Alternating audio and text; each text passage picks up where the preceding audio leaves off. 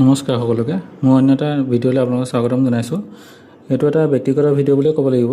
এটা টিভি ল'লোঁ ঘৰৰ বাবে 43 ইঞ্চৰ আপোনাৰ ছেমছাঙৰ। এই টিভিটো আচলতে এটা ব্যক্তিগত আপোনাৰ জীৱন পৰিক্ৰমাৰ বিষয়ে আপোনাক ক'ব বিচাৰিছোঁ। আমাৰ ঘৰত সৰুৰ পৰাই মই টিভি দেখি আহিছোঁ। সৰুতে আমাৰ ব্লেক এণ্ড হোৱাইটৰ আপোনাৰ টিভি আছিলে এণ্টেনা থকা। তাৰপিছতে আপোনাৰ ব্লেক এণ্ড হোৱাইট টিভিৰ পৰা কালাৰ টিভিলৈ আহিলে। কিন্তু ব্লেক এণ্ড হোৱাইটৰ পৰা কালাৰ টিভিলৈ আহোঁতে ইমান সহজ নাছিলে। 1 বছৰ 2 বছৰমান ধৰি লওক ব্লেক এণ্ডৰ পৰা কালাৰ টিভি ল'ব পৰা নাছিলে ঘৰত। তেতিয়া প্ৰথম ৰঙীন টিভি আহিছে আৰু বেলেগ মানুহৰ ঘৰত চাবলৈ যাওঁ, কিন্তু আমি যেতিয়া চাব যাওঁ তেতিয়া টিভিটো বন্ধ কৰি দিয়ে।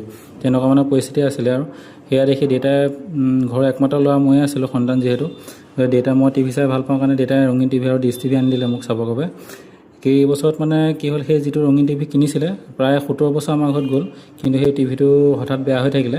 17 বছৰ মানে বহুত দিন গ'ল বুলিয়ে ক'ব লাগিব। সেইবাবে দেউতাই বিশেষকৈ আজিকালি টিভি বেছিকৈ চায়।